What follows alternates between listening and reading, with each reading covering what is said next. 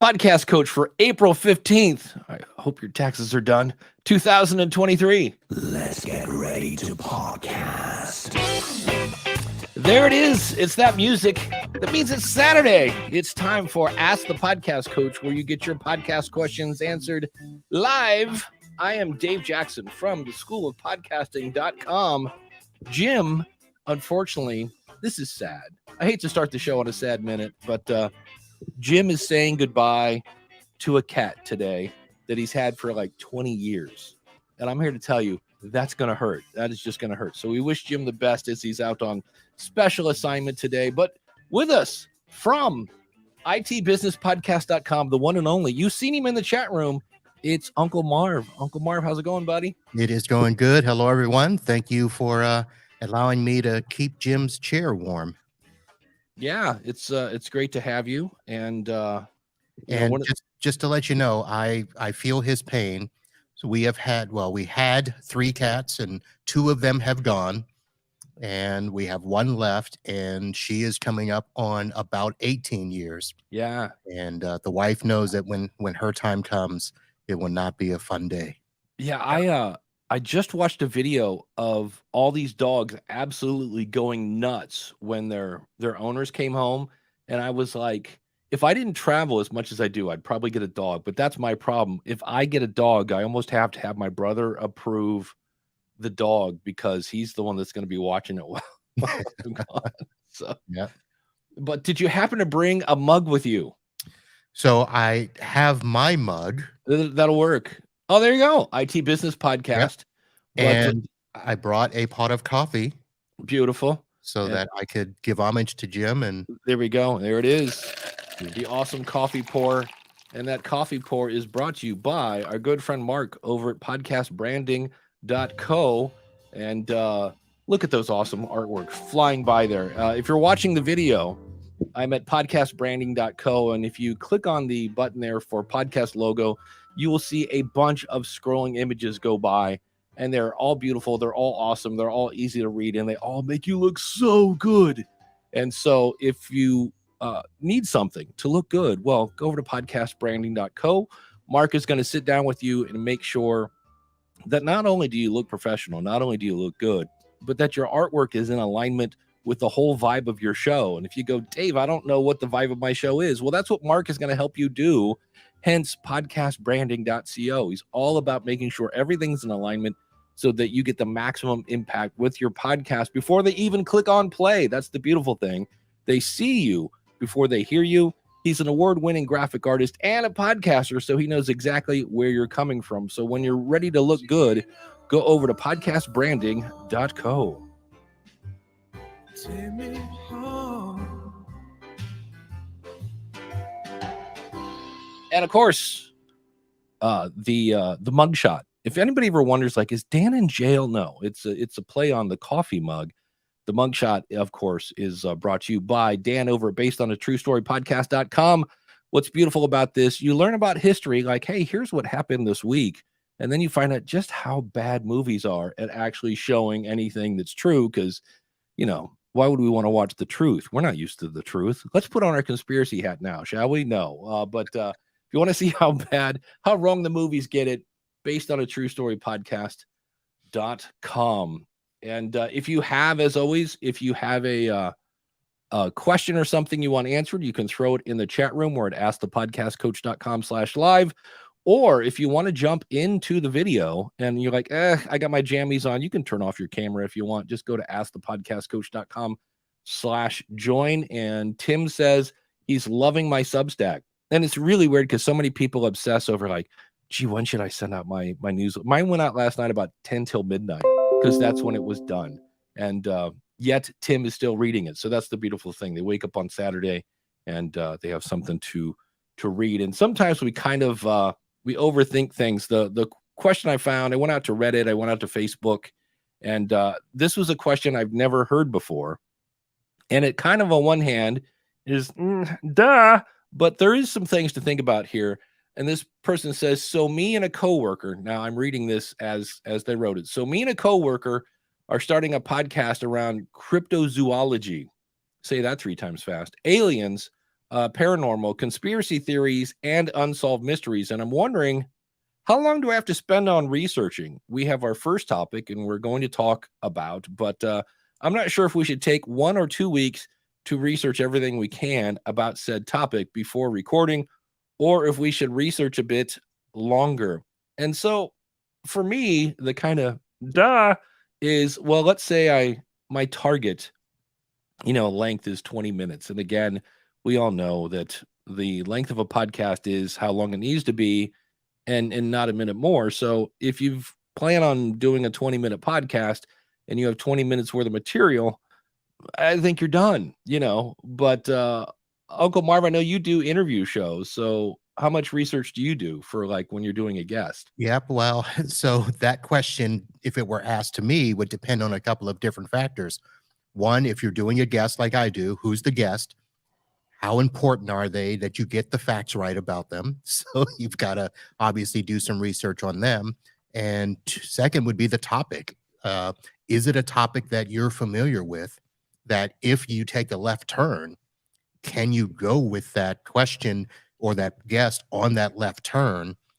And so sometimes, it depends on that. And I try to allocate about an hour per week. My show is an hour. The guest doesn't talk for the whole hour. The guest talks anywhere from 30 to 45 minutes. But I take an hour at least before each of my shows to do my research on both the guest and to prepare a good list of questions and talking points. And I always obviously try to have more than we have time for. That way, I never run out. Yeah, that's it. I remember when I was teaching, if I was leading a class, I remember once I had to teach an advanced access class, which was it's so boring. It's database. It's ugh. And I said, I'm not sure I'm the person that should be teaching this class. And my boss said, you just have to know more than your students. But that was my thing. Is somebody wanted to go outside of the book that was in front of me that I was teaching from, I was going to be lost. So that's kind of what you're talking about. You need to know the answers kind of before you ask the question. That's helpful. It is. But also you need to know you need to be able to color outside the line. So if the guest goes on a tangent, you the right question to ask, maybe to get them back on line or things like that. We have a couple people here. Dan, again, from based on a true story podcast.com. How long does it take to research? Well, as long as it takes, until I feel I know enough about the guest to feel comfortable in an interview. Exactly. True. There isn't any sort of algorithm. Oh, that's another question we'll come back to. Z had an interesting question. So yeah, I think that's really it. When you feel it's enough, and also it helps to know, like if it's an interview, why are you bringing the guest on, and what question should I ask to make sure they deliver the content that my audience wants to hear. So, and then because I had somebody right now, a friend of mine is going on tour, and I emailed him and I said, hey, like, should we do a tour talk episode? And I said, should we do it now to find out how you set this thing up, or should we wait till when you get home and we could talk about, tales from the road kind of thing? And as soon as I sent the email, I'm like, oh, we need to wait till he gets home, because it's one thing to plan a tour. It's another thing to do it. So that's a case where I was like, all right, I want to wait till he gets home. Sure, there's plenty of things of like, how did he get a theater and how did he do this and that? I'm like, but I think the true thing is going to be the actual art of driving there and finding out that nothing's open, or, your whatever, your backstage has bed bugs, or who knows, So I did a show about along those lines, probably about 6 months ago. There was a gentleman in our community that was going to go on an El Camino, which is you go over to, I forget where it was, Spain or something, and it's like a 30-day walk pilgrimage type deal. Okay. And as the owner of his business, we were all interested in, dude, how are you going to leave your business for a month?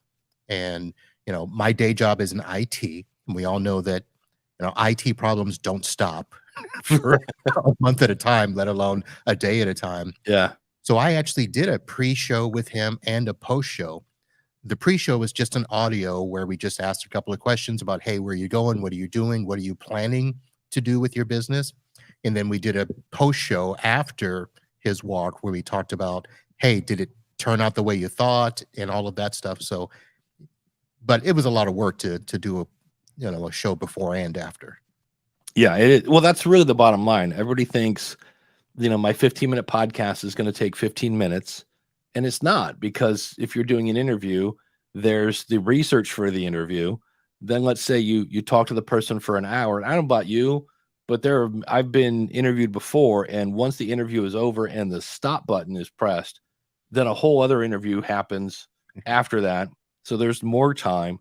So it's one of those things where the 15-minute podcast does not take 15 minutes. But I think research is something you need to do. The bottom line, and you made a great point, especially with the whole Chat GPT thing going on now.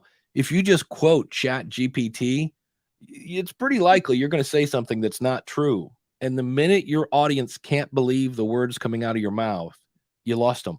Because, Glenn the Geek at Horse Radio Network, an awesome supporter, he says, like, any sponsor that comes on his show, you have to send me the product first, because I'm not going to promote something and say this is the best thing ever, and then somebody buys it and it breaks in 4 days. He's like, then they're not going to believe anything else I say. So that's another great benefit of research is, again, knowing what you're talking about. Yeah. It's a beneficial thing. Yeah, and you don't want to upset your guest in the middle of a show by saying the wrong thing, and then they're like, oh, well, you just got that fact wrong about me. What else do you have wrong about me? And then you've lost the interview. Yeah. Speaking of interviews, do you have any preference regarding whether to bring a guest onto your podcast or be a guest on someone else's show? Which is better for audience growth? Oh, that's for me, I think the answer to that is being on someone else's show, because you're going where you're going to where people who don't know you are. And they don't have to do a thing. They just go to, just picture a podcast like a theater.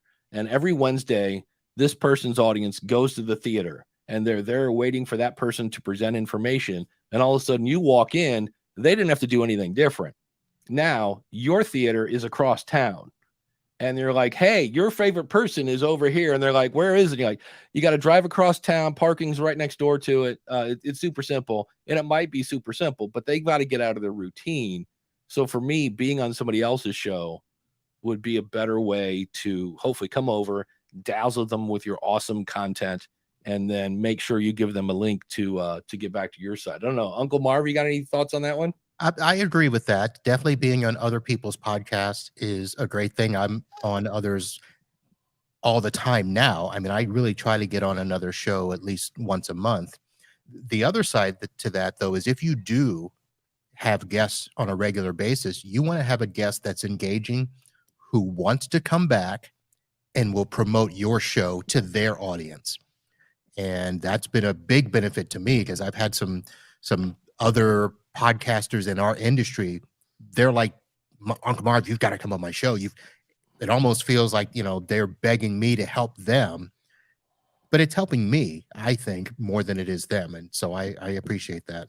Well, the other bonus of interviews is the relationship that you get by being on other people's shows, and that grows your network and that whole 9 yards. So if somebody gets a question about IT, they're like, oh, you know what? I got a guy. You got to go talk to Marv. He's the guy you want to talk to. So that's always kind of tricky. Another question we got coming up here, and this is one that is it's a hot topic. Z in this case from YouTube says, how do you grow a podcast with no following and social media and no friends that want to listen, and without the need to go on other podcasts? So in other words, I want to make millions of downloads by doing nothing. I'm going to talk into a microphone, and money is going to fall from heaven. And from heaven. That's it. And so he kind of mentioned that. So I don't think I have this, but he was talking about there's no algorithm. And here's the other question. Here's the point that I love. And this was from Gary Arndt from Everything Everywhere podcast. You know who else doesn't have an algorithm? TV, books, magazines, movies. None of those. There's nothing recommending movies to me except a commercial that I see on TV. There's nothing recommending books except maybe an algorithm on Amazon if I happen to go on their website, and they rarely recommend books to me. unless I sign up for their newsletter, which is something that your guest has to do. I don't know. To me, the whole discovery problem, and I love the fact that when I ask, like, what is the algorithm? And they're like, well, it's something that looks and understands what you want. And then it recommends things that you'll like. And I go, oh, I have one of those. And they're like, really? How? And I'm like, it's called Friends. My friends know what I like. They know I love, like, I had somebody when I first got into the HBO show called Succession. They're like, Dave, I have the show for you. And I'm like, what? And they're like, Succession. They go, it is the humor is so dark. You are going to love this thing. And I was like, really? And so I tuned in. Absolutely love that show. It is, they say, the most horrendously, like, you would never say this to a person. It's a whole, I liked it the first time in the 80s when it was called Dallas. It's a really, really super rich family where all the kids are fighting to take over the business from dad because he's old. And I was like, that's Dallas. But for me, if you're looking for an algorithm to make you popular, don't start a podcast. Just don't. Because, and if you don't want to promote your show, don't do a podcast. If you don't want to spend any time researching, don't do a podcast. Now, the only time I would say do a podcast in that scenario is if you want to be heard and you want to get this stuff off your chest and you're doing it for fun. It's Batman in the basement. It's three dudes, three bros with brews, whatever. Go have some fun, but don't sit there and go, okay, I'm not going to spend any time on my content. I'm not going to promote it. I want some machine to make me famous, and I want to make $1 million in the first 6 months. Okay, that's a great goal. By all means, dream big. Why not? But, I just, to me, the I'm waiting for the algorithm to make me famous. I don't know any musician. I don't know any author. I don't know any actor that didn't get to where they're going unless they had if my dad is Rob Lowe, I might end up on Netflix because, I'll write a show with him, and lo and behold, there's Rob Lowe's kid doing an actually pretty good show on Netflix. But you got to hustle. I mean, anybody give you 10,000 downloads for free, Marv? 10,000 downloads? Gosh, no. Yeah. It was funny. The other side to that is, you need to obviously promote. You got get some friends, Yeah, that's it. Get some friends. Find somebody that will listen to your show and promote it to others, colleagues, something. The other thing I was thinking is I belong, or not belong, but I'm part of a podcasters support group. Yeah. And we had a gentleman join our group recently who was kind of in a similar situation. He was, wanted to get some downloads and followers and stuff, but this guy was spending like $5,000 a month. Oh, and was wondering when he was going to get the return. And we're like, dude, first of all, what's your show? And who are you catering to? How? And it was one of those things where you can't go too far the other way. You've got to find that balance of, find a way to get people that want to hear what it is you're talking about. Yeah, it's, well, the thing there is, I'm trying to find the movie. It's called The Lone Ranger, and I was trying to see when it came out. It was a Disney film. So we're talking the most recent Lone Ranger that bombed. Yeah, it's one of the biggest bombs in history, and it came out, I want to say, in the late 80s. It had Johnny Depp. This is before Johnny Depp, the guy from the trial. Wasn't that long ago. Yeah, I'm trying the ninth. I'm looking through the 2013. Okay, there we go. Yeah, The Lone Ranger. He was also, so Johnny Depp was not only starring in it, he was an executive producer. And what's great about this thing is, from what I understand, and I've never gotten official proof, but there's no way that they did any kind of focus group on this. And so their thought was that, we've got Johnny Depp, we've got the Happy Meal ready to go, we've got all the posters, we've got all the toys, it's all there. And the first weekend it came out, it kind of tanked. And then Disney was like, well, people don't know about it yet. So they just doubled down on the marketing. And there was one really big problem with this movie.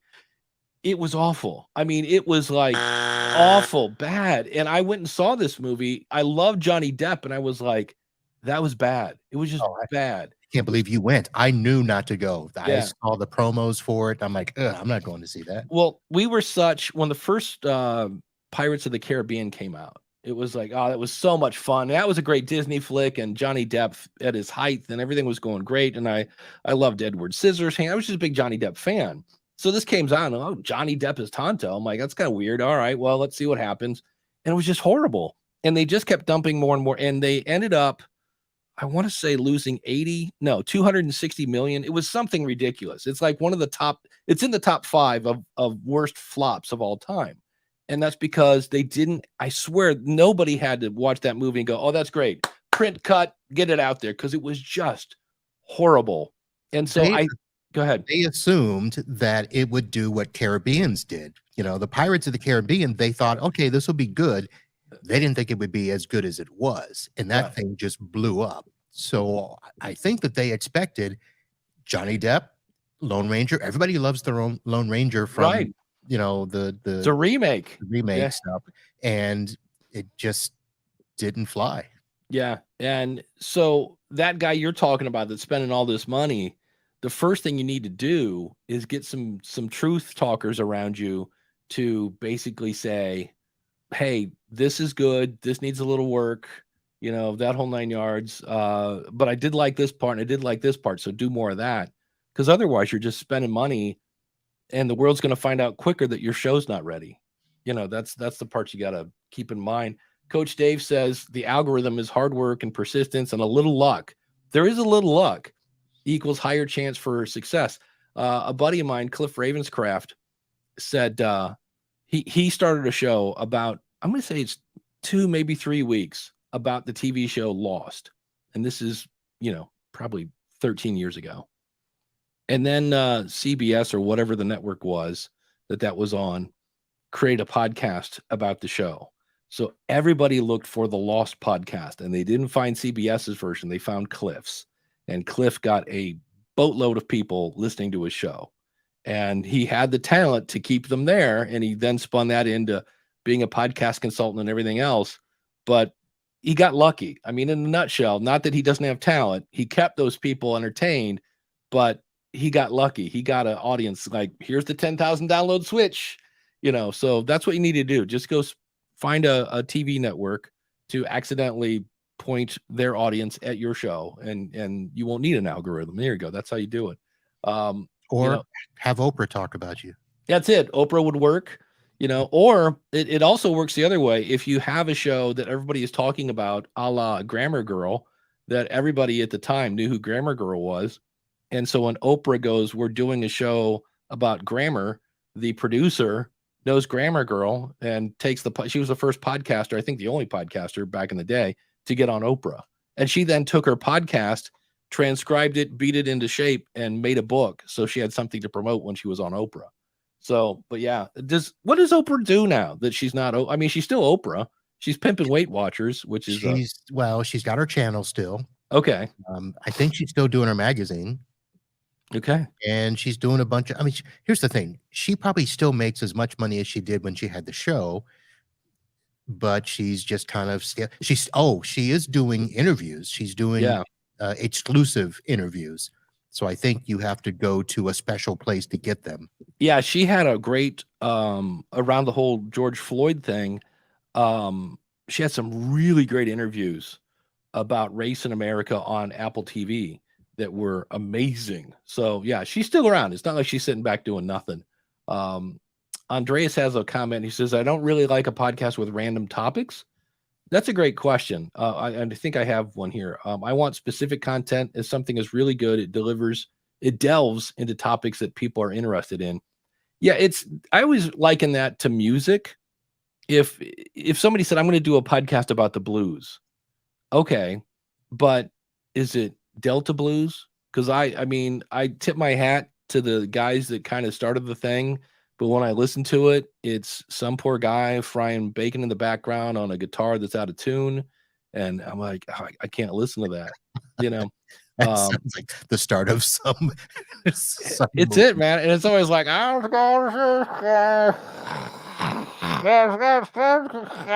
like, no, thank you. I get it that it was 1924 and it was, Orange Peel, Blind Johnson, whatever, but like, it's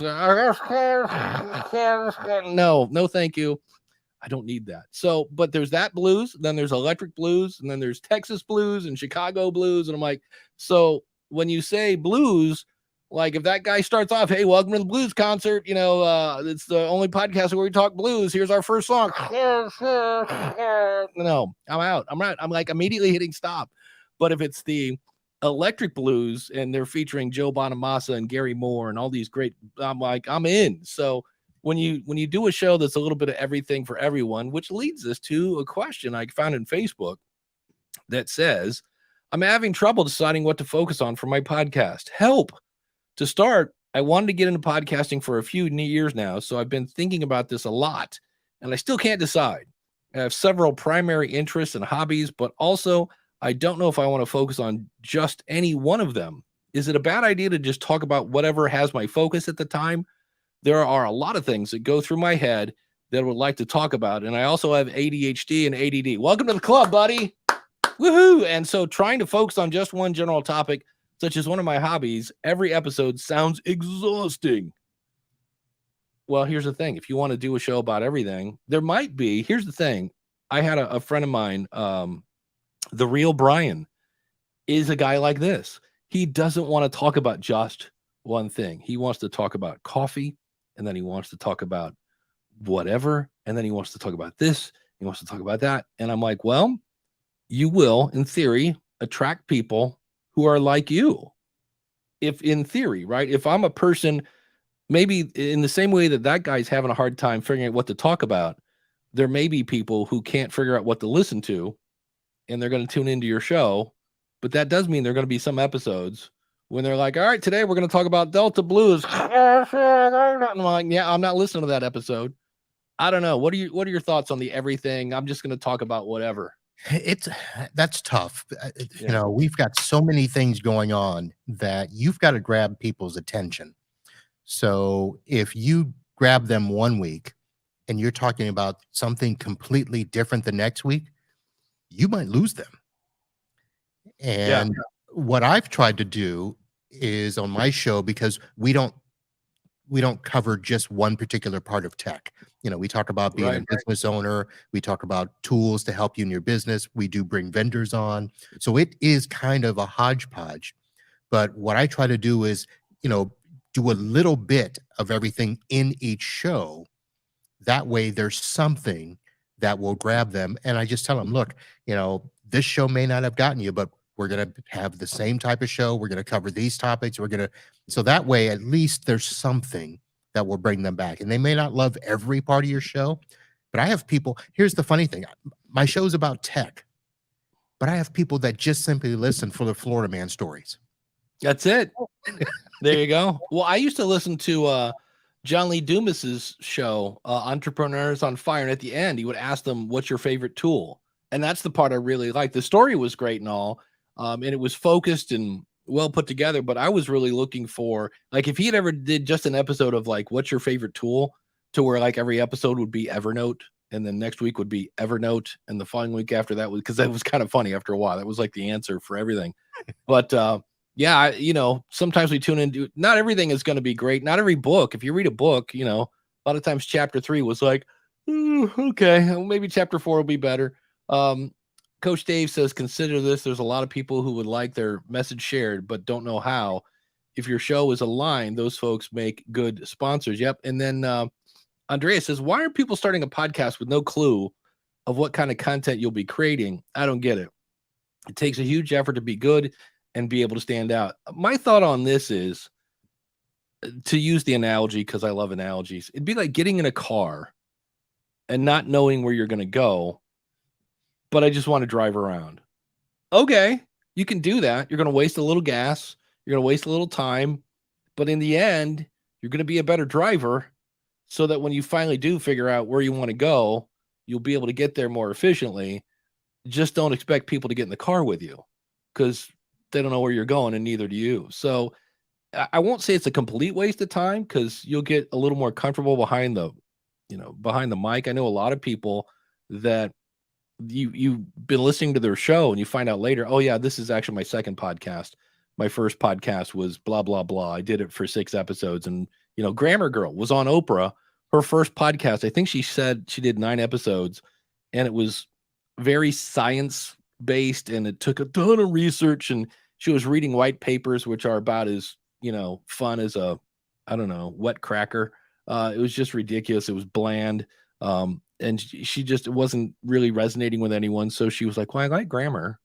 I could do these cute little shows, and off she went. So it's kind of, it's up to you. But the whole, I'm going to start a podcast and I don't know what I want to talk about.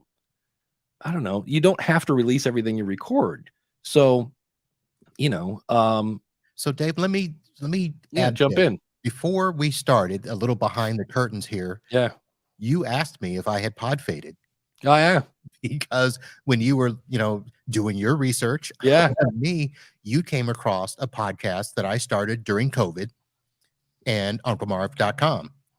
And it's Uncle Marv's podcast. And it was great for the 2.5 years that I did it. And you asked if I pod faded. And the short answer is no, because we are going to be bringing it back. I'm going to be rebranding it. We're going to be doing topics. We're going to be talking about life and that sort of stuff. But that was my second podcast to the tech one. And part of it was to see, can I do this in a different form with a different genre, in a completely different element? So that was part of why that happened. So you may see, like you said, people start a podcast just to see, hey, is this fun? Can I do it? Is there traction? Yeah, it's that sort of thing. It's a rough draft. Authors have rough drafts. Athletes have preseason. There are things you do to kind of test that. And it's fine if you want to do that in public. I think my worst one was the customer service show. And my background besides teaching was customer service. And I think I did 5 episodes before it dawned on me that while this is my job, it's not my passion. And I ejected immediately. I was like, yeah, this isn't for me. But yeah, sometimes that's how you find out. I mean, how do you know if you like, banana bread or not? You got to stick some in your mouth and go, no, this isn't bad. So sometimes, how do you know if you want to do a podcast? Well, you start doing it, and then you'll figure it out. Dan says each different topic narrows the audience. Yep. If your shows is blues and coffees and music and tech and politics, that makes finding an audience tough to find, especially if you throw in politics, because 50% of your audience is going to hate it unless you try to do something in the middle, which in case 100% of your audience will hate it eventually.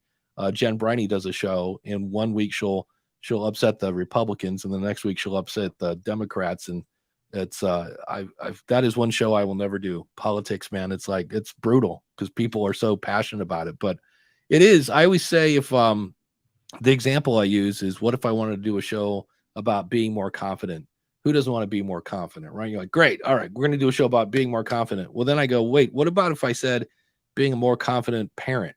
Ooh, now I just cut out everybody that doesn't have kids. What if I said a more confident first-time parent?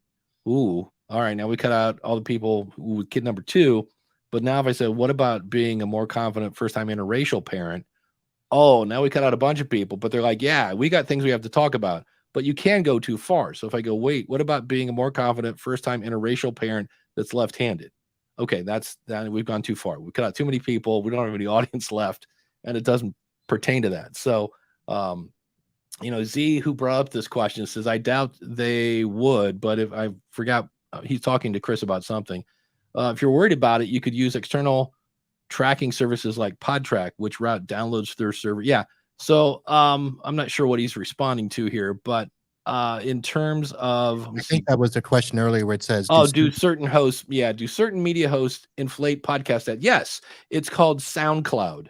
But here's the thing, not a single sponsor under the world will sponsor a show on SoundCloud because they're not IAB certified. And just Google the phrase "buy SoundCloud plays," and you can get probably 1,000 downloads for about $5.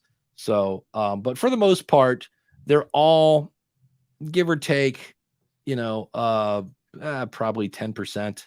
I know there's the IAB certification. You do have to go through a lot to get certified, and there is, for the record, for all of you that have heard about Zencaster, and I'm not bad mouthing Zencaster. I just see Zencaster going, we're IAB compliant. There's a big difference between compliant. Compliant is where you think you're following the guidelines, and then IAB certified, which is expensive. It's very expensive to be certified, is where they come in, they go through your code, and they give you a haircut. And often you think you're going to get a little trim off the top, and you get a buzz cut. So there is a big difference. So if somebody goes, oh yeah, we're not IAB certified, we're IAB compliant, that is not. It's kind of like being kind of pregnant. You're either pregnant or you're not. You can't be kind of pregnant, and you can't be kind of IAB certified. So Dave, I saw that post that was on Reddit last night. Yeah, where you made that comment in response to the question. My question to you would have been, for, let's say, a hobbyist podcaster, or most of us out there, do we even care about the IAB compliance stuff? Not really, because the only people that care about that is people that care about downloads, and the people that care about downloads are people that are looking for sponsors, which, for the record, if you're trying to get a purple mattress one, you have about less than 10% chance of getting a big sponsor. I'm not anti-sponsor. I just, every time Rob Walt says yes, and 7% of downloads from Libsyn got over whatever it is, 5,000-10,000 downloads, and I'm always like, that means 93% of podcasters don't have enough downloads to get a big sponsor. Now, you don't, that's, again, if you want the progressive and better help and all that other things, but that doesn't mean you can't have a sponsor. But that goes back to, if you have a target audience, if I'm doing the interesting show where I talk to interesting people about interesting things, I can't sell them a can of interesting. Here it is, buy one, get one free. It's a cup of interesting from our good friends at interesting.com. It doesn't work. Now, if I'm a life coach and I want to help you get your life back together or something like that, and I'm doing inspirational stories, that might work. But there are times when, if it's too vague of a topic, it's hard to find a sponsor. And I'm not anti-sponsor. I just know selling your own stuff is much more profitable than, especially with these programmatic ads. I did a blog post. I think I was making $1.38 per 1,000 downloads or something ridiculously low. And I'm just like, to me, that's, internet welfare almost, said the guy who was on welfare growing up. So I'm just, I maybe I am anti-ad. I just, to me, when everybody goes, I'm going to start a podcast and get ads. And I'm like, all right, well, good luck on you. But there are other ways to make money. And, we had somebody, Daniel and I, do a show called The Future of Podcasting. I think our largest downloads per episode has been 120 something. And somebody gave us $28. So do the CPM on that. It's like $125 CPM, Now, if we can do that every week, that'd be awesome. And I have no idea how to get Chris's thing off. Do you have Big Shot Smarty Pants to rights to turn that off? Do I? I don't. Here, let me do this. We'll put Dan on, and then there we go. Okay, I was like, I can't turn off Chris's message. That was fun. So it's always kind of tricky. Andrea says I fell in love with podcasting due to the fact that it was specific, and it was content I felt was for me and people like me. I want connection, not just fun. Yep. I guess it's my inner engineer. Some people are like that, and that's okay. There's some people that like everything, That's how I got into it. I just happened to be poking around one day, and I found some other IT business owners talking about tech. And at first I'm like, oh, really? But after a while I was like, wait a minute, these guys are doing the same thing I'm doing. And they would ask questions, and I'm like, well, I can answer that. Yeah, I can answer that too. So that was like, let me call up and see if I can be a part of this. And here I am. That was in 2016. Yeah, Dave says there'd have to be some kind of thread to bring someone to a podcast that was all over the place. And then later he says, and maybe that person is trying to find that thread, but that thread is something he or she is going to care about to put the work into doing a good show. I'll give you an example. Jordan Harbinger interviews everybody from all sorts of different places, but it's all through the lens of critical thinking. He's all about how to kind of identify the BS and just move forward, I guess, with a little more thought, so that you don't get let's pretend we're from 1920, hoodwinked. There's a word I haven't used in a while, but that's a case where it looks like he's all over the place, but he does have that theme of critical thinking is the one constant. That's that thread that Dave said. Coach Dave, by the way, it's an all Dave chat room, except for Scott Johnson, of course, from What Was That Like? Nice to see you, Scott. Dave says, I pod faded my second show after 4 years. Really enjoyed that show, but COVID ruined a lot. Yep. That effort helped me. That also helped gain a lot of shows were started in COVID. That effort helped position me to be able to do my current show. Some podcasters produce in waves. Kaizen, yes, exactly. Yeah. So, like I said, if you get in a car and you don't know where it's going and you drive around, you're going to waste some time. You're going to waste some gas. But in the end, you should be a better driver so that when you figure out where you want to go. So, yeah, Andrea says it takes effort to make a podcast. If it's not good, it's okay to rest. I learned that. I'm not a machine. You're not a machine. I'm not. Marv, are you a machine? I'm not a machine. Sadly enough, I have not yet a machine. Yeah, I wish I was. That whole sleep thing gets on my nerves. But especially when I'm an army of one. Yeah, exactly. Coach Dave, first show is like a first pancake. It's always burned and ugly, but the pancakes that follow are golden. Exactly. Excellent. I'm Coach Dave. I'm using that analogy. I like that one. Here's a fun comment I saw on Facebook. This is from Aaron Peterson. He said, so PETA, as in I know it's ethical treatment of animals. Or the ethical treatment of animals. Yeah. Heard one of our recent segments on our podcast and asked if they could come on to discuss this. We agreed as long as they're open to a real conversation. And now I really can't decide if this is a good thing or a bad thing. But either way, there's a 72% chance I'll be canceled by Monday. Would you have a show like, there are groups that have followings and things like that.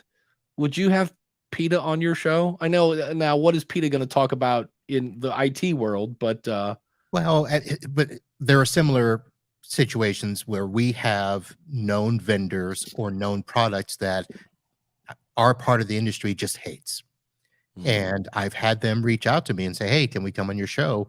And I'll just be like, no, you're not for my audience. And they're like, well, of course we are. And I'm like, look, I know my audience. I mean, and I've made the mistake of having things on my show that I got vitriol later. They're like, why would you have that person on your show? That person, everything they say is garbage and this.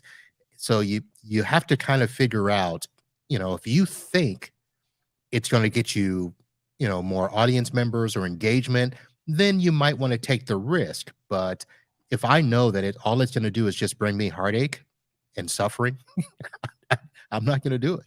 Yeah. Scott says, the president of PETA contacted me to be a guest on the show. Scott here's a great example of Scott has a great show. Whatwasthatlike.com. And Scott has a very set criteria of what gets you on his show. And having a big organization behind you is not it. Unless you were struck by lightning, you're not going to be on Scott's show. And Scott says, I love animals, but he's not going to have PETA on there because it doesn't meet the criteria. I know my criteria is if you can help my audience either podcast faster or grow their audience or something of that nature, then you can come on the School of Podcasting. And I had a friend of mine, George Robb, because he does a podcast in segments. Like he has one segment, it's called the Religious Moron of the Week.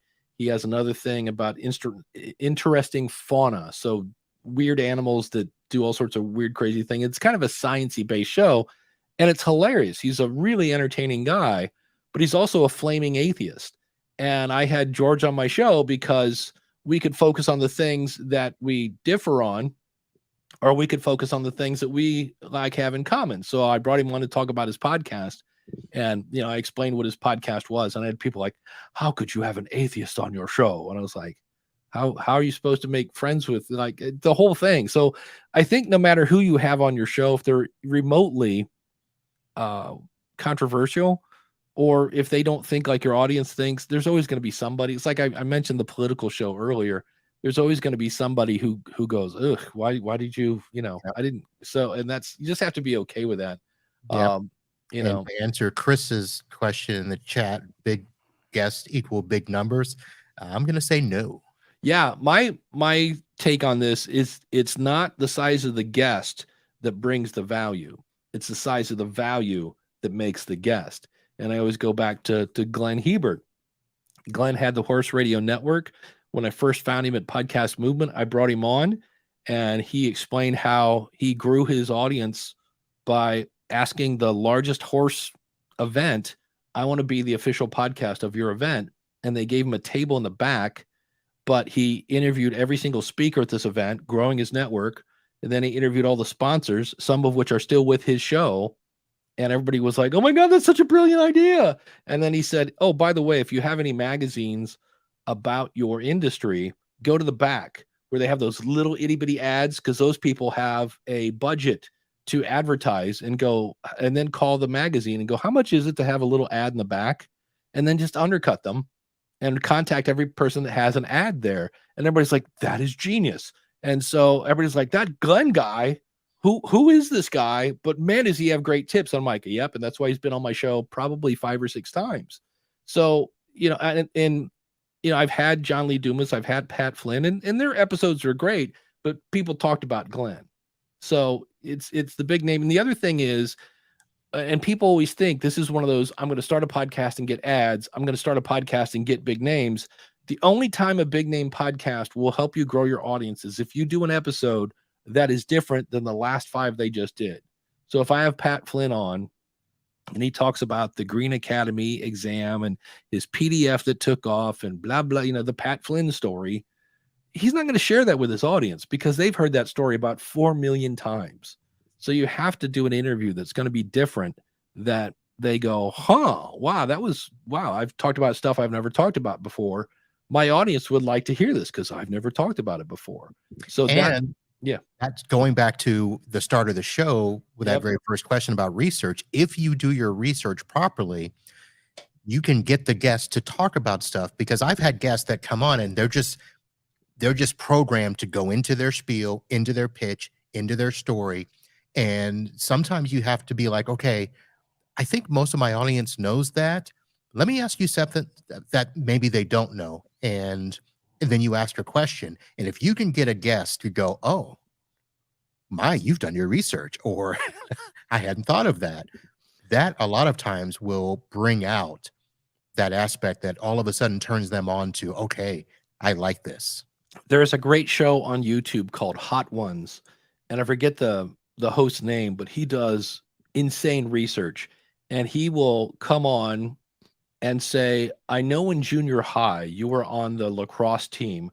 What's the guy what's fun is watching the guest, because the guest immediately kind of lights up, and you can kind of tell they're like, wow, this guy really did his work. And there's some sort of bizarre bonding going on, besides the fact that they're eating hot wings that make their eyes water and they can barely breathe and things like that. But that guy, more than anybody I listen to, gets the, wow, I can't believe you know that, or I can't believe who told you that. Who told you? Yeah. Yeah. And that's what he does, is he will interview, that guy goes after, he'll interview the assistant, or he'll find out what high school he went to and try to find friends that grew up with him and get those kind of stories. And it makes for a much more entertaining interview, because it is stuff you've never heard before.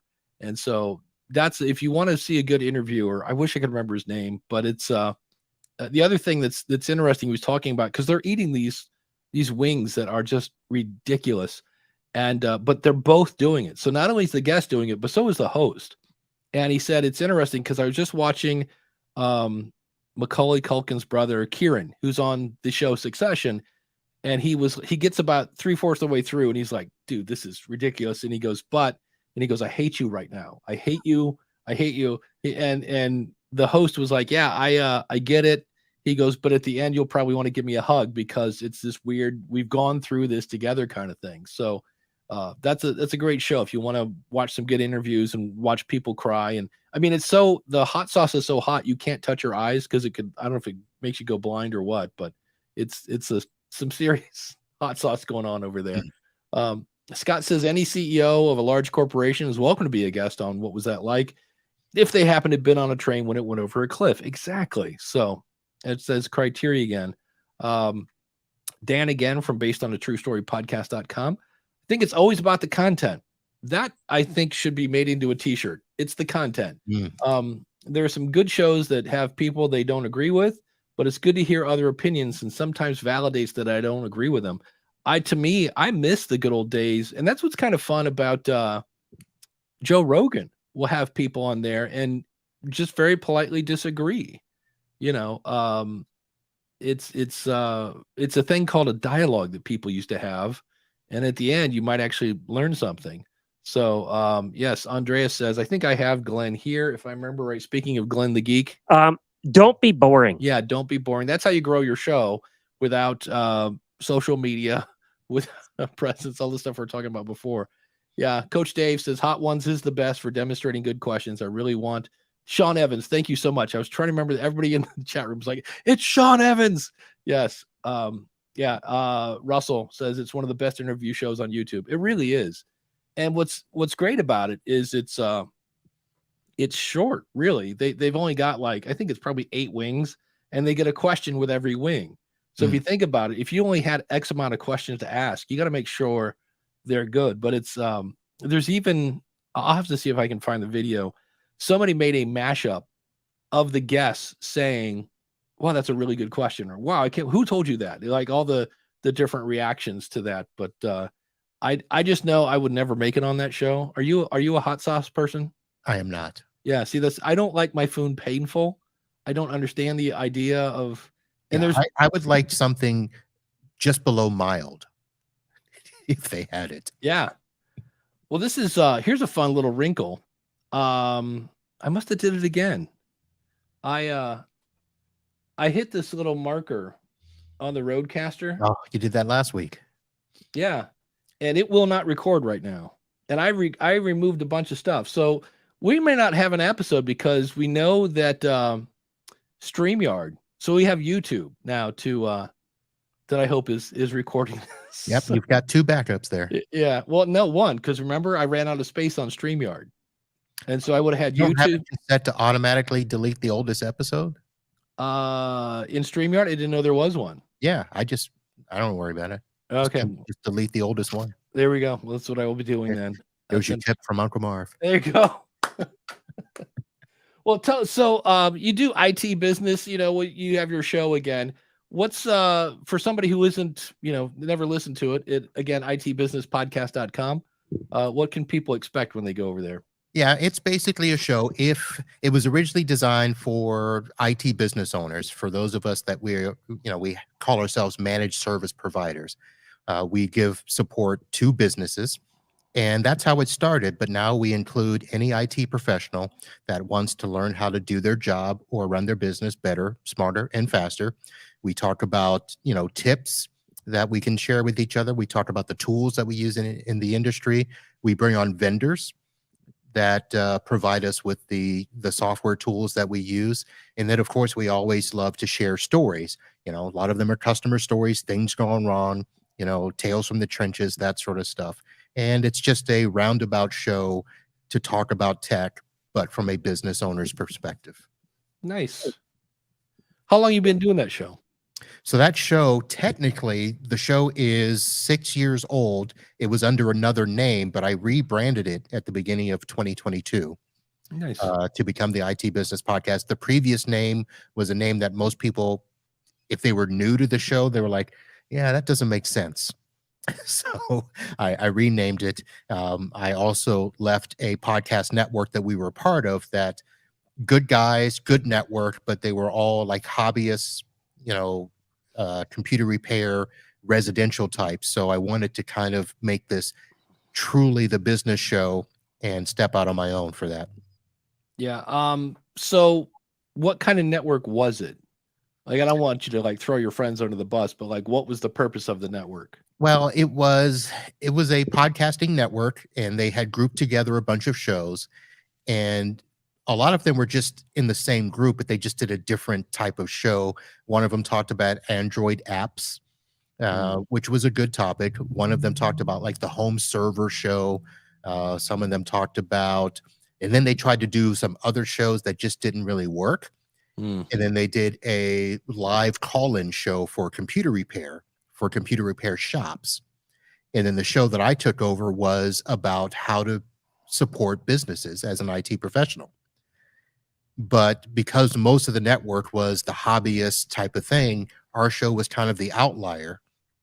And we were like, oh, well, you're trying to, do all the business corporate stuff. You're selling out to vendors. And, Right. and I did get sponsors that, supported the show. So it was like, you know what? It's time to break ways. There you go.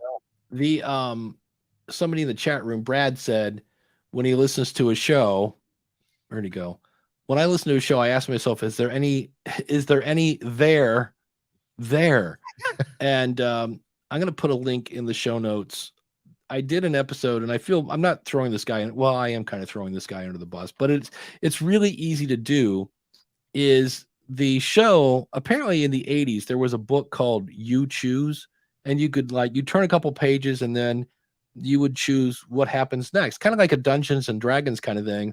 And then one book might have 144 different endings, and they start talking about how what they do is they review a book once and then they do it again. And at first I'm like, why are you reviewing the book twice? Well, because there's different endings, but they'll also bring on a new book. So you kind of hear one book twice, and well, you hear every book twice eventually. But anyway, to make a long story short, they kind of kept re-explaining the idea of the show, which it's not hard to get. It's a You Choose book, and you can have many different endings. And the whole time I'm like, okay, let's get to the book. Let's get to the book. Let's get to the book. Because, it's a podcast about a book. And his was aliens in space, or space vampires. And to make a long story short, at probably about the 8-minute mark, the one co-host started to talk about going to the dentist. And I was like, yeah, that's when they got the old, because I'm like, I'm here waiting for the book. So if you in terms of is the there, they were taking forever to get to the meat and potatoes. And I really, unless it's a really funny story, I as a new listener, I was like, that could have been a really funny dentist story, but I tuned in to hear about space vampires, and it just was not my thing. You know what? I found myself in the car the other day. There's a couple of days where I can listen to several podcasts in a row, depending on the length of my drive. And I remember there were 2 podcasts that I'm this close to yanking them out of my podcatcher because the intros are so long with ads. And hey, if you like the show, please download and subscribe. And I'm like, 5 minutes in, we haven't gotten to the show yet. Yeah. Yep. And That's frustrating. Well, it's funny you bring that up because I am breaking my own show. We're going to talk about that right after, of course, we talk about our awesome supporters. If you'd like to be an awesome supporter, simply go to askthepodcastcoach.com/awesome. And we'll talk about this when we get done.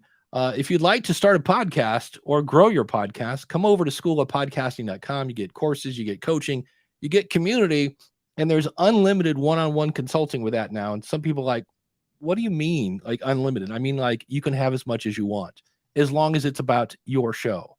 I have had podcast consultants that try to white label me, and that's kind of, not cool. We run on Podpage, so if you want to check out Podpage, go over to trypodpage.com. Thanks to Podpage. And hey, if you just need more Uncle Marv, you can go to unclemarv.com. And of course, if you want even more Uncle Marv, you go to itbusinesspodcast.com, and he will get you going in the right direction. The Spotlight Supporter of the Week is Ross over at livestreamuniverse.com. So if you're into live streaming and that whole 9 yards, check out Ross. He is the king of live streaming. he gets giddy when I say that. So I want to be sure to throw that in there. And of course, if you'd like to be an awesome supporter and you really want to be an awesome supporter, you really do. We need your support. Go over to askthepodcastcoach.com/awesome. And this is the part where I go, here's the funny part. I normally do not look at the stats for this show. But when there are a couple reasons why I started this show. One was I wanted to offer free podcast consulting for people who couldn't afford it, but now you can afford it by joining the School of Podcasting and get as much as you want. So there's that. I think it's fun to hang out. And I was getting a decent amount of money from Patreon to make it worth my while. And then my last Patreon kind of check came in and I went, wow, that's half of what it used to be. And I realized that everybody says my financial situation has changed. But if you've ever thought of supporting the show, now would be a good time to do it. Because if it keeps going down, so is the show. Because, I love Jim and I love hanging out. But I'd love to be outside right now. It's about 70 degrees outside and I got a bike with my name on it. So, but here's the thing, talking about ruining the show. So I was like, I like the show. I want to keep doing the show. It's a lot of fun. So what did I do? I put a pre-roll at the beginning of the show that says this show is listener supported. If after listening to this show, you find value in it, do consider being an awesome supporter by going to askthepodcastcoach.com/awesome. So I thought about that. It's like 49 seconds long. Then you're going to hear us go.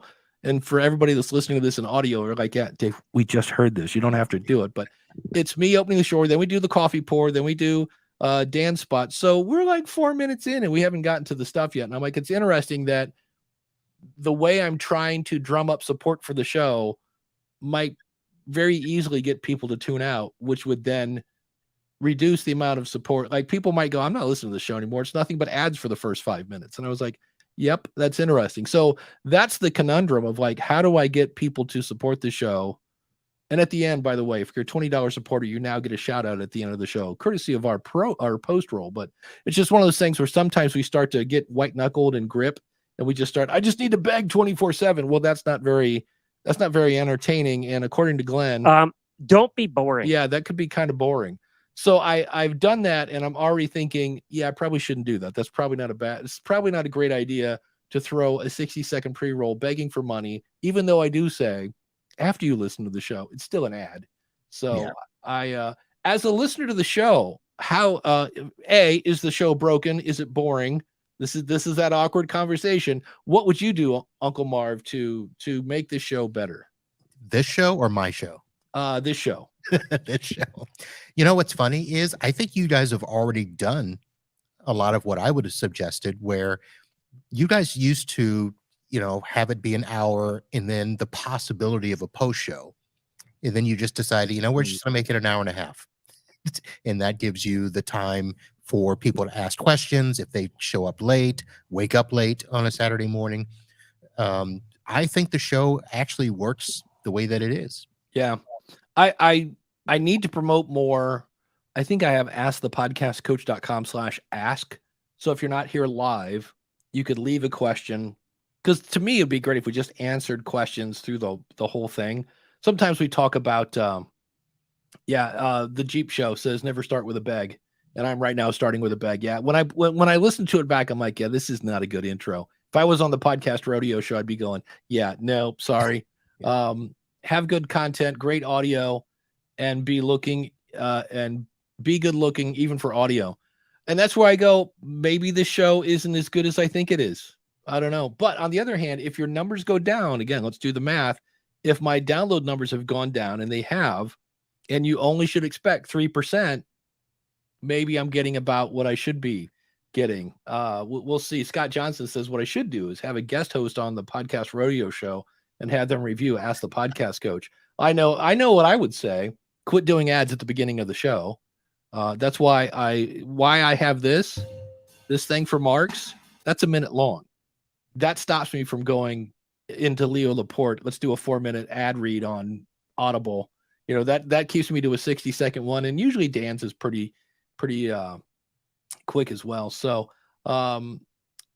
Craig says I do a live stream every 2 weeks and earn 0 from it, but it helps me drive traffic to my courses. Well, that's the other thing. if you use the coupon code coach at the School of Podcasting, you will save money. And how many people have used that code? Yeah. So I have had people sign up. Clay from Clay from the horse thing. It's not horse, it's cows.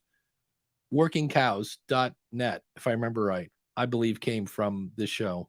Working Cows. Yeah, I'm pretty sure I know it's Working Cows. It's all about, it's not just, it is basically Yellowstone in real life.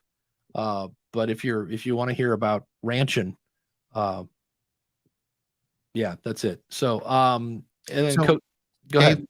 So you were asking about making the show better. Right. Here's my thought as somebody who just normally sits on the other side and, either I'll listen and participate or I'll just have it up on my screen while I'm doing work. Yeah. The engagement in the chat is probably by far the most I've seen for a podcast-based show. This rivals some of the YouTuber people that are doing their live botch reveals and stuff like that. So there's a part of me that says maybe you just not focus on trying to do more with this show and leave it as the community camaraderie show, but maybe find a way to have these people, because most of these people are podcasters. Yeah. And, maybe find a way to get them to bring other people who are either just starting a podcast, the people who want to come and get the questions answered. Maybe it's a different type of engagement. Well, Adam Curry always talks about you get paid in 3 different ways: time, talent, or treasure. So some people take the time to tell other people. Some people make artwork, so they use their talent to do things, or he has people that make t-shirts for them, and they take a small portion of that, but the rest goes to the show. So time, talent, and treasure is, that's the whole Patreon money thing. So Coach Dave says, sometimes we go to Ask the Podcast Coach, not to get questions answered, but to join in solidarity and support with fellow podcasters. Yes, Coach Dave is an awesome supporter, so thank you for that. All chuckles understood. Fun and inspiring to the community. Yeah, it is kind of just it's like a big podcasters roundtable in a nutshell. So, but yeah, I was just surprised. All of a sudden it was like, But and the other thing, without turning it into an economic thing, is on one hand, I get that everybody's financial situation has changed, but at least in Ohio, everywhere I look, like there's a welding place at the bottom of my street that's looking for people. And the last time I checked, welders make an okay living, and yet they can't find enough people to fill their spots. So that's a whole other outside the scope of this show. But I'm like, I get that everybody's in a bit of a money crunch, but I also know there are a lot of places around here that are hiring that pay good money. So I don't know, but that's this part of the country. Could be different where you live. Coach Dave says, I've been inviting others I know who are just getting started, or I know need help and don't have the heart to tell them. Oh yeah, he wants me to tell them their baby is ugly. I see how that is. Well, here's a fun question. This is from Grace out in a Facebook group. We haven't monetized yet. That's another one I think that's kind of fun. I should monetize now because I've been doing it for 9 months. Mm-hmm. And that's not what sponsors go. So tell me, how many months have you been podcasting? They go, how big is your audience? That's what, again, is what monetization is based on, not time. But we haven't monetized yet. But thoughts on whether we need an LLC for our new podcast? Oh, that's an interesting question. That is an interesting question, because every year I go, you know what? I need to finish my LLC. I have yet to do that. It's 18 years now, and every year I go, and I just take it hard on my taxes every year and go, I really need to. I mean, I deduct a lot of things in my taxes because it is April 15th today. I think we have till the 18th to get them done or something like that. We already sent off our extension. So. Yeah, so I'll be doing that this weekend. But I deduct, all my hosting and all that other fun stuff and blah, blah, blah. I forget what it's called.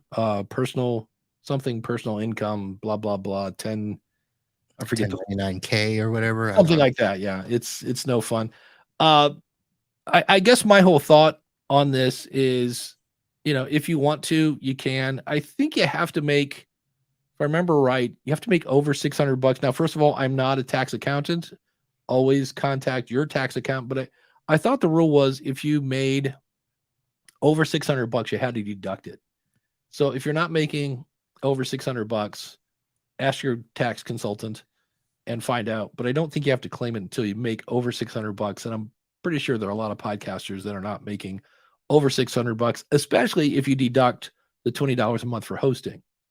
So Scott says I just did this for 2023. So yeah, it's I got the email from the guy. I use a tool. I just switched to Wave. It's an accounting tool, which at first was really, really cool because it ties into my bank, and I have an account that I use just for all my business stuff. And it's I keep having to enter a lot of things manually. So it was originally kind of cool. I was using Fiverr Workspace for a long time, and it quit pulling in my stuff automatically. And so I just now every night before I go to bed, I go and see what was charged. Do I have the invoice? Put it into the system. So there's a lot of manual stuff going on that. But that company, if you haven't started your LLC thing yet, will also help you with that. I think I was going through LegalZoom literally probably 15 years ago, and I have some sort of not employee but business ID number because I had to have that. So I started. I just never finished it. So I am proof that you don't need an LLC, but just your taxes are probably a little harder than they need to be, or maybe easier. Never know. But it's weird because I asked my accountant and my attorney for my business if I should separate them out. Of course, they both said yes, but the amount of money and effort that it would take to create it, I thought, well, until I start making money. So right now I still run everything through my business. And since, it's IT related, I kind of get away with that. Yeah, that's true. So a good question. I have no idea even what it cost. I'd have to go back and look. I'm sure I have an invoice from LegalZoom somewhere, but it doesn't cost much to become an LLC. It's just the tracking that you have to do to separate out your expenses, because you've got to have a separate bank account. So then is it worth it to have a bank account when you're, spending $20 a month and making 13 or whatever Patreon gets you? I used to I had a business account that tied into my personal account, and they all still kind of do, but I actually got a separate bank. I now use SoFi, which is this online bank, and I actually earn interest now. Now, granted, it's like whatever, 1.5%, but I never got anything at my other bank. And it's weird. I don't know why, but having two separate banks has made it easier to keep things completely separate. It's not even hard to transfer from my physical bank to this online one, but for some reason having them be like one click more to transfer money back and forth. So it's great because then I basically run my house on my Libsyn income, and I run the School of Podcasting on the other income, and occasionally might have to transfer one to the other, but it just makes it easy, because the one thing you don't want to do is pay for something for your business out of your personal account and vice versa. That just creates all sorts of shenanigans, and your taxes get tricky and that whole 9 yards. So it's no fun that way. Here's a fun one. I met these guys. These guys know how to throw a party, if nothing else, at Podfest. MOW, Mopod Advertising. Has anyone used Mopod to advertise your podcast? I spent $100 yesterday and got 114 downloads. According to Mopod, I got 39,500 impressions and 201 plays. Now that's interesting because they got 114 downloads, but 201 plays. Like, that's a head scratcher. Not sure what the difference is between a play and a download. Me neither. And I don't know how many of those 114 will have subscribed. That's a good question. And I don't know that you could tell. I'm not sure how Mopod works at all, but this is potentially 87 cents per new listen. And so here I would go back to the first question that everybody should ask when they start a podcast. Scott Johnson says, hey, I've used them. I wasn't impressed. There are, I talked to a guy this week from audienceunleashed.com. And it's interesting when people say I can make anybody like in the top 10. Because again, I think there's this thing called, talent and entertainment value that you have to deliver. And if you can make anybody in the top 10, there is a part of me that goes, do I smell phones in the Philippines? I'm like, how does, like, you can't just make anybody a star. So I don't know. I've never used them. I did use buzzsprout ads. And what I did, I've used them twice now, and I got 7 clicks for whatever, $200. So that's not a great return. And what I did was I found, I think, 9 different shows that I thought were good fits, and they give you like a list of 37. So they look at your show, they look at your Apple categories, and they're like, here are a bunch that might fit. And I think what I'll do if I do this again is pick maybe 1 or 2 shows, because what will happen then, because they give you 2,000 impressions for, or 5,000 impressions for, I think it's $200, and which is $20 CPM. And I think if I had less shows, it would take longer to get through the campaign. So their audience would hear my ad more than once, where 9 shows, it lasted like maybe 2 weeks. And I thought I might want to double down on like a couple shows, let that ad show for maybe a month, because you need that reputation or reputation. You need it repeated to really get in the head of their listeners. So have you ever done any kind of advertising for your show? No.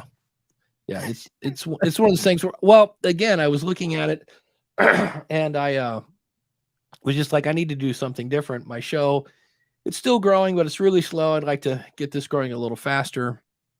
And I always ask people to share the show and things like that. But I was like, I know Scott, I know Gary aren't, Gary had a great point. Gary said that, there was the big Avengers movie, and spoiler alert, not everybody made it through the end of the movie.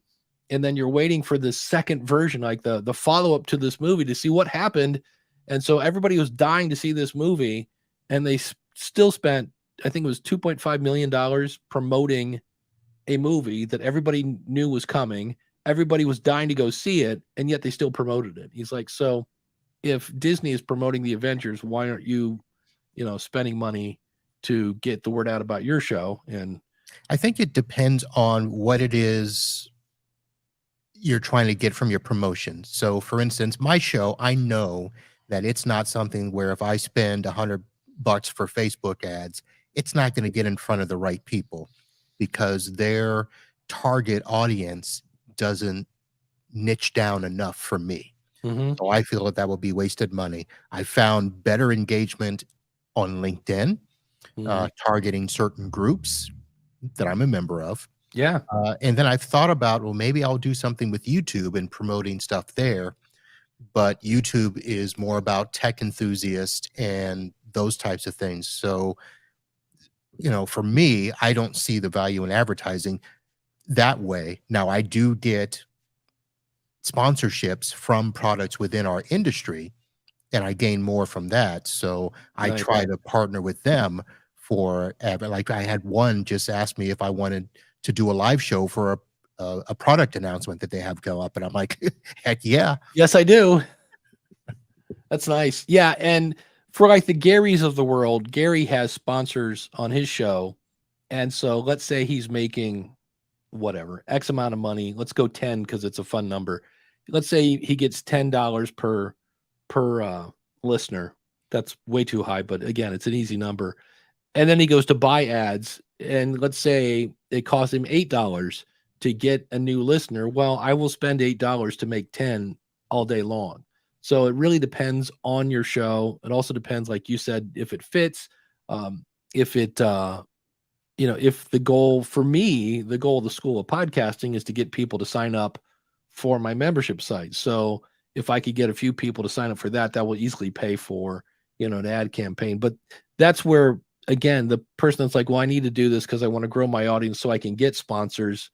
If you've got it in the budget, okay, but that's a hard, that can get expensive to grow your audience. Scott says on Facebook, I can target podcast listeners who like true crime. So it works, even though his show is not always true crime. So yeah, he shares an audience with that kind of true crime field. But yeah, that's... And they may have changed a bunch of their stuff. So I might want to go back and look at their advertising again.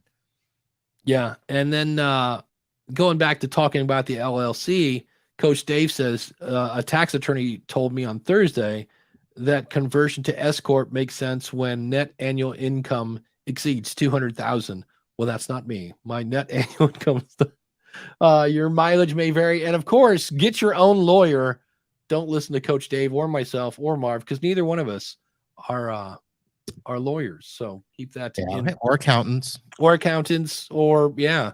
I will say this. So my tech business is an S corp, and I told you we filed our extension because for an S corp, if people don't know, the business income or loss flows through to the personal income or Ouch. loss. Yeah. So we're not double taxed on the business side. On most years, we can still get a refund because the business, the way we structured it, we don't make a ton of money. But it's a weird formula. Last year, we made a lot of money in terms of net income. So we thought everything was great.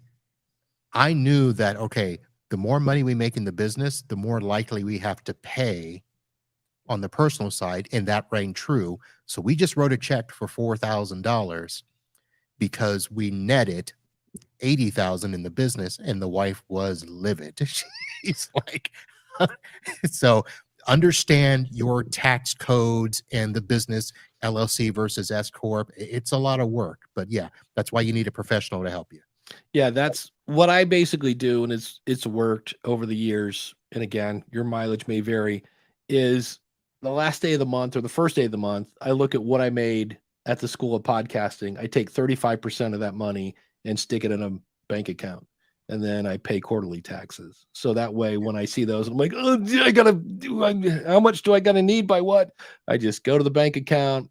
That's another online account, because I need it someplace where I don't think about it. And then I'm like, okay. And then I look at it, and that has made taxes a whole lot easier by paying quarterly taxes.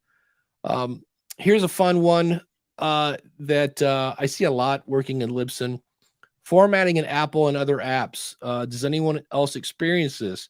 No matter how many times I hit enter prior to, or the phrase, like schedule a free coaching call with me, somewhere it still shows too close to the previous paragraph and show notes of each episode. How do I make more space between them? I'm new to podcasting. I'm only 6 episodes in, and I think I responded to this in Facebook.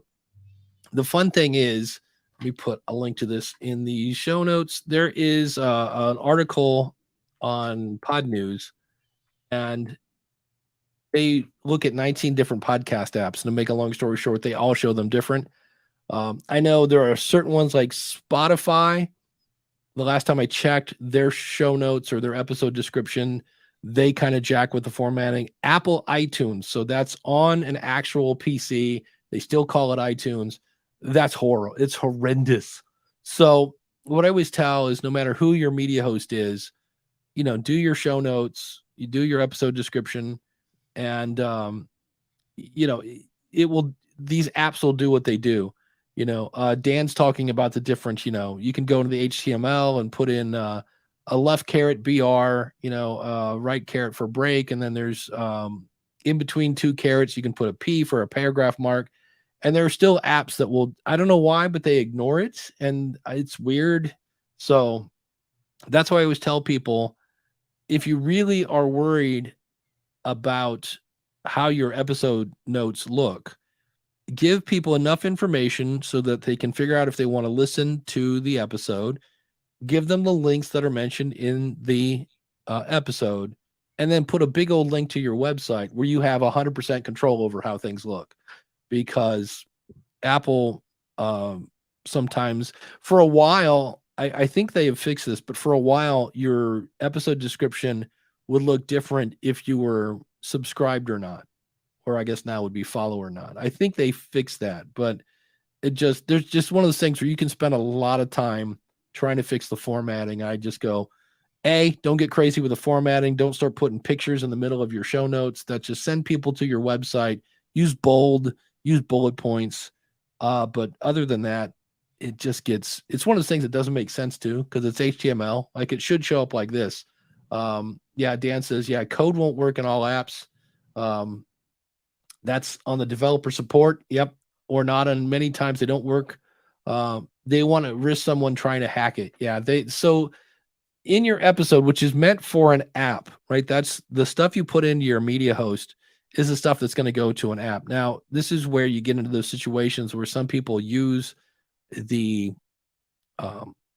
like built-in, pretty generic website from the media host, and those are very simple. It's a great place to listen and a great place to subscribe. But if you want to do more than that, you're kind of hosed. So don't get too crazy with the formatting. Your episode notes would be one way to get around that. So yeah, and I've seen a lot more people just put a couple of lines in description, and then for full show notes, click here, and it goes to their episode page. Yeah, as long as you give them enough to know if they want to listen or not, and then links. I know I get upset when somebody has really basic show notes, and then they, they'll be talking about a book, and I'm like, man, I want to read that book, and I'll go, and there's like no link, and you're like, wait, what was the name of the book again? I don't know. I listened to this a couple days ago. It's like, oh, I'll put the links in there. Coach Dave, SEO screams for bold, italics, tag photos. Yeah, H2, all that goes on my webpage. Yep. And I see people all the time. I'm going to start a podcast. Do I really need a website? Yes. Yes. Unless you want to grow. Are you trying to grow your audience? Yes. Then yes. And go nuts on that website. Like Coach Dave said, that's where I'll put kind of a basic episode description that goes out to all the apps. And then I take that, copy it, and put it into my website and expand on it. It's like, here, Google, here are more words, more really good words for you, Google. And hopefully that brings them on. And, and then I try to have subscribe buttons or follow buttons there so that once Google sends them my way, I make it easier for them to keep coming back. So that's the plan, at least. We'll see if it works. Let's see how we do it. We'll do one more quick one here. I switched over to Facebook groups. I have for my podcast, which has a similar topic. However, there's no engagement right now. I'm wondering, for those of you that have a Facebook group for your podcast, what do you talk about in your group? I post my episodes, but I need more to post. One of the things I did, I'll put a link in the episode description. I interviewed a guy from Australia who's like the king of Facebook groups. And what he does is anytime somebody asks him a question, he goes, that's a great question. Can you go post it in the Facebook group? And then he will answer it there in the Facebook group. And then people will comment on his answer. And then if somebody else goes, oh, great, and they'll ask him another question, it's great. Can you put that in the Facebook group? So people have just learned to ask questions in his Facebook group. And then he answers them there. It is tough if you don't have a lot of people over there, because on one hand, he said, invite like 100 people in there. And he goes, you'll probably get about 30. He goes, but you need somebody in there, because otherwise people show up and if there's nothing there, they're not going to come back. And that's the joy of Facebook. And then Scott has a really good group for what was that like. Ask intriguing questions in the group. Yeah, you just have to ask them to answer questions. And in some cases, I know from the School of Podcasting group, I'll post things that are happening in the news about podcasting. It's just not a build it, then they will come. It's a party. You've invited people to a party, and to get them to talk to each other, they're going to have to talk to each other, but they don't know what to talk about because they don't know each other. So you kind of have to, like Scott says, throw out an intriguing question, then they'll start talking to each other. And then once they get to know, like we have a couple people in the School of Podcasting that are financial guys. We have a psychologist. We have a bunch of people. And so there are times like somebody asked yesterday about getting their show on the radio.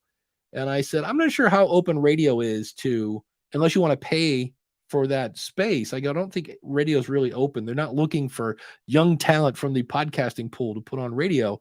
But I tagged David Hooper because David Hooper's, got a radio show, et cetera, et cetera. So, you kind of have to do that. So, wait a minute. I got to hear the end of this. Coach Dave says opinions are like armpits. Everybody has one, I guess. Oh, I see what he's saying. Cause I know the true thing of that statement. Scott says opinion-based questions are good because everyone likes to give their opinion. So yeah, it's another thing that it takes a little work. It's not going to just happen overnight. And, it's once it gets going. But when you first start off, that's not so much the case. So Uncle Marv, what is coming up on your podcast? Again, that one, if you want to check it out, IT Business Podcast. Yep. So I just did a show. If you go to the website, my latest show is at the top there, 55 Minutes with Michael. He is another IT business owner here in Florida. The week before, Scott Johnson, who was in our chat, was on the show as well. So I'm doing a month-long, what I call the Florida Man segment. So friends I know in the state of Florida that have IT businesses. And so I interview them on the show and we talk about things that are good there. So 55 Minutes with Michael, and the show before that, The Accidental Computer Tutor, Scott Johnson. There we go. And on the School of Podcasting, I'll be talking about if you're getting bored with your show, there are a lot of different formats. It's not just, well, I'll do a solo show or I'll do an interview show. There are actually many different varieties of things you can add to your show. And of course, we want to say thanks to our awesome supporters. You'll be hearing about them shortly if you're listening to the audio version. But thanks to everyone in the chat room. And if you'd like to be an awesome supporter, it's super simple. Just go to askthepodcastcoach.com/awesome. Hugs and kisses and thoughts and prayers and anything else for our good buddy Jim, who is going through a hard day today. Just know you're missed and you're in our thoughts today. It's a bummer that you got to do what you got to do, but you're doing the right thing. So thanks to that. Thanks to the chat room for showing up. And in theory, Jim will be back next week. I don't know if he has a dog or a turtle or anything else that's not feeling well. But in theory, he'll be back next week for another episode of Ask the Podcast Coach. Thanks, everybody.